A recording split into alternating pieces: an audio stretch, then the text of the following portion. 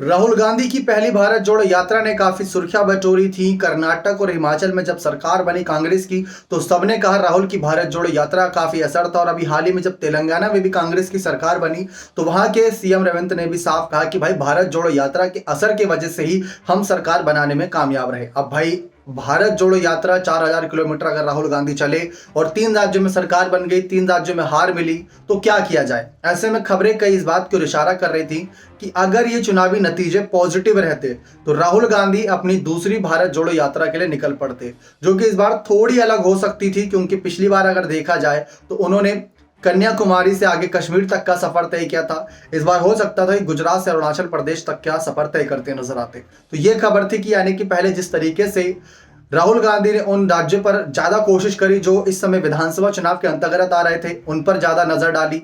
लोकसभा चुनाव में कांग्रेस को वहां से मदद मिल सकती, उन पर नजर डाली।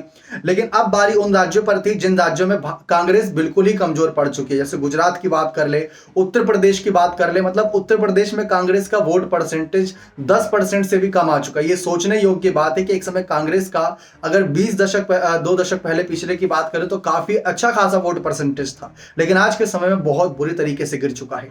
राहुल के कंधों पर जिम्मेदारी है। मल्लिकार्जुन खड़गे भले ही कांग्रेस के अध्यक्ष हैं, लेकिन हर कोई जानता है फैसले कौन लेता है। लेकिन अब विधानसभा चुनाव नतीजे उनके पक्ष में नहीं गए। ऐसे में राहुल गांधी भी खामोश हैं। ऊपर से उनके कहीं ना कहीं नी इंजरी भी बहुत कहीं ना कहीं दिक्कत दे रही थी। इस वजह से कहा गया था कि राहुल शायद यात्रा बहुत छोटी रखें लेकिन हाँ करेंगे। लेकिन अब यात्रा की कोई चर्चा नहीं हो रही, क्योंकि सबने देख लिया कि नतीजे क्या रहे। राजस्थान में इतने दिन बिताए, मध्य प्रदेश में इतने दिन बिताए, छत्तीसगढ़ में इतने दिन बिताए, लेकिन नतीजा उनके पक्ष में नहीं गया।